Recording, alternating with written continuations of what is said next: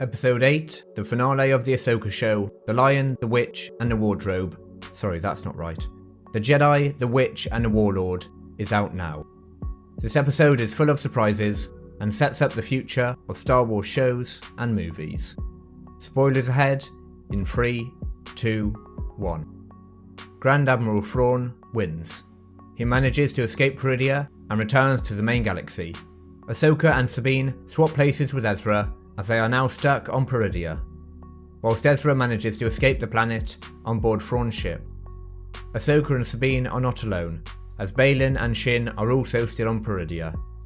Baylan finds a statue of the Mortis gods, and Shin joins the samurai nomads, and Morgan Elsbeth is killed by Ahsoka. In this video, first I'll break down the plot of the finale, give my ratings, the positives and negatives for the episode, and finally we can judge the series as a whole, and whether it was a success or a failure. So with that out of the way, let's go over the plot of the Ahsoka finale. Ahsoka, Sabine and Ezra manage to make it to Thrawn's location, just as his Star Destroyer is linking up with the Eye of Sion. The Great Mothers give Morgan Elsbeth a witchy makeover and a blade of Talzin, which is an Easter egg nod to the Clone Wars character Mother Talzin, aka Darth Maul's mum. Ahsoka, Sabine and Ezra defeat the Night Troopers, who volunteer to slow the Jedi down, while Thrawn and co prepare to leave the planet. Defeating these Night Troopers is not as easy as it first appears. In a similar way to how Marek was reanimated by Morgan Elsbeth's Green Knight sister magic, these Night Troopers are reawoken. With Ahsoka and co pushing through the Night Sister fortress and up to Thrawn's Star Destroyer, he asks Elsbeth to buy him some time, by essentially sacrificing herself, following the Night Troopers' lead and delaying the Jedi for as long as she can. Ahsoka takes on Elsbeth, while Sabine and Ezra fight two massive Shore Troopers. Ezra and Sabine kill the zombie troopers, and Sabine finally manages to tap into the Force, as she force pulls her lightsaber from the floor to her hand, in a similar fashion to how Luke did when he was in the Wampa Cave in Empire Strikes Back. Ezra, with Sabine's help, jumps from the top of the fortress to Thrawn's ship. He takes the armour of a Night Trooper and stows away. Elsbeth and Ahsoka continue their fight up to the top of the fortress. Sabine stays with Ahsoka, choosing to support her master rather than go with Ezra back to the main galaxy. Sabine now uses a lightsaber in one hand and a blaster in the other, showing that she is finally combining her Mandalorian and Jedi training. Thrawn, inside the Eye of Sion, hyperspace jumps to the main galaxy, leaving Ahsoka, Sabine and Huyang in Peridea. They return to the Noti village, where perhaps they will wait for Purrgil whales to arrive and take them back home.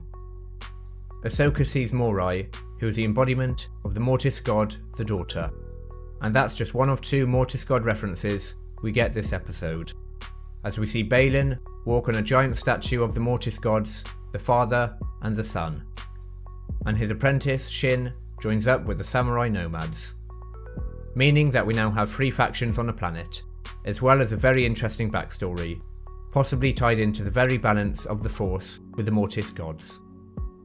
Ezra manages to escape Thrawn's ship as it heads to the Night Sister planet of Dathomir, and he arrives at Hera's rebel cruiser, Home 1.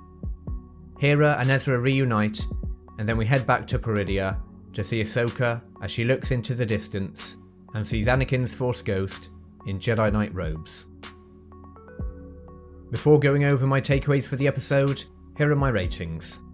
Plot scores 8, entertainment value 7, characters and performances 7, visuals 8, music gets an 8, and the ending scores 7, which leaves my overall score for the episode at 75%.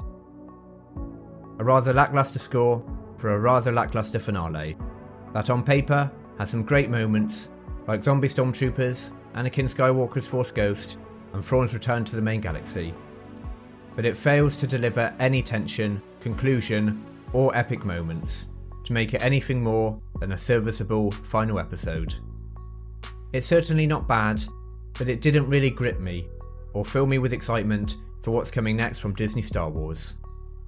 But first, before going over the negatives, let's have a look at the positives and what the finale did right. I must admit that this episode, and perhaps the Ahsoka series as a whole, has suffered from my high expectations, and the time in the Star Wars franchise that it came out. If this series was released 2, 5, or even 10 years ago, I think it would be viewed a lot more favourably by me and others. But it comes out after the sequels, and most recently, after some very mediocre Disney Plus Star Wars shows. The Ahsoka series needed to be great, to reinvigorate the depressed Star Wars fanbase, and I don't think the series quite achieved that. I mention this in the positive section of the review, as I think it's worth bearing in mind that Ahsoka is victim to the current state of Star Wars as a franchise, and I'm certainly aware that I may be judging the series and this episode overly harshly. As Star Wars fans, since Disney took over the franchise, we've been fed a steady diet of quantity over quality. Ahsoka is better than a lot of the Star Wars we've had over the last few years, but it's still hampered by the overall weakness that we've come to expect from Disney Star Wars. As an isolated episode, the finale did many things really well, such as concluding Sabine's arc in a very satisfying way. Since episode 1, Sabine has had the two sides of her clash against each other, the Mandalorian Sabine and the Jedi Padawan Sabine. This is represented by her reliance on blasters instead of her lightsaber and her inability to use the Force. The moment this episode, when she tapped into the Force successfully, I think was well earned. After trying so many times to wield the Force, she eventually succeeds. And I really like the resolution to this inner conflict, represented by her using a blaster in one hand and her lightsaber in the other. Another thing I liked in this episode, and the series overall, is Peridea. The establishment of Peridea is thoroughly interesting, and with Balin finding the statues of the two Mortis gods, I think Filoni has done a great job at expanding the Star Wars mythology by introducing Peridea. The three different groups of Ahsoka, Sabine and Anotti, Shin and her nomad samurais, and Balin and his quest, presumably towards the Mortis gods, is perhaps just as, if not more interesting, than the events set to take place in the main galaxy with Thrawn. Filoni has carved out a new part of the Star Wars galaxy that's potentially unaffected by the events of the sequels, which is a big win. And doing this successfully is a big achievement, as it's always a risk to try and introduce new things into Star Wars. I mean, just look at The Last Jedi's Holdo hyperspace maneuver, or the planet Exegol from Rise of Skywalker. They were new risky ideas which utterly failed, but Filoni has managed to bring a fresh original idea of a new galaxy, and I for one think it's a great addition to the Star Wars canon. This episode ended on a downer, where the villain essentially won. Yes, Ezra's back in the main galaxy, but at the expense of Ahsoka and Sabine, and Thrawn now loaded with ominous cargo and 3 witches at his side. The galaxy is in much more peril than it was at the start of the series. Empire Strikes Back and Avengers Infinity War are both loved for their dark ending, and the Ahsoka series follows in that vein, where the baddies win. Although I didn't particularly like the ending, as it felt a bit anticlimactic, and only really served as setup for Season 2 or Filoni's film, I did get a Final Fantasy-esque, Japanese-style feel. Filoni has perhaps let his Hayao Miyazaki and Japanese TV and film influences get the better of him. But with the music, extended wide shots, and minimalist dialogue, it's undeniable that Filoni's distinct style comes across. As I say, it's not for me, and I feel like the drawn-out pauses between each line of dialogue and excessive scenery shots do slow down the pace way too much. But I can appreciate what he's going for, so points for trying something different. So that's about all I can say on the positive side, and now on to the negatives. This episode perfectly demonstrates the issues with the series as a whole. It's completely lacking in stakes, the pacing and dialogue are so slow, and there are virtually no answers to key questions. Yes, Morgan Elsbeth died, but does anybody really care? We know very little about her, and out of the antagonists of Balin, Shin, Thrawn and Elsbeth, she is by far the least interesting. On the slow pace and dialogue, Elsbeth is initiated into the Great Sisterhood and given a Talzin blade.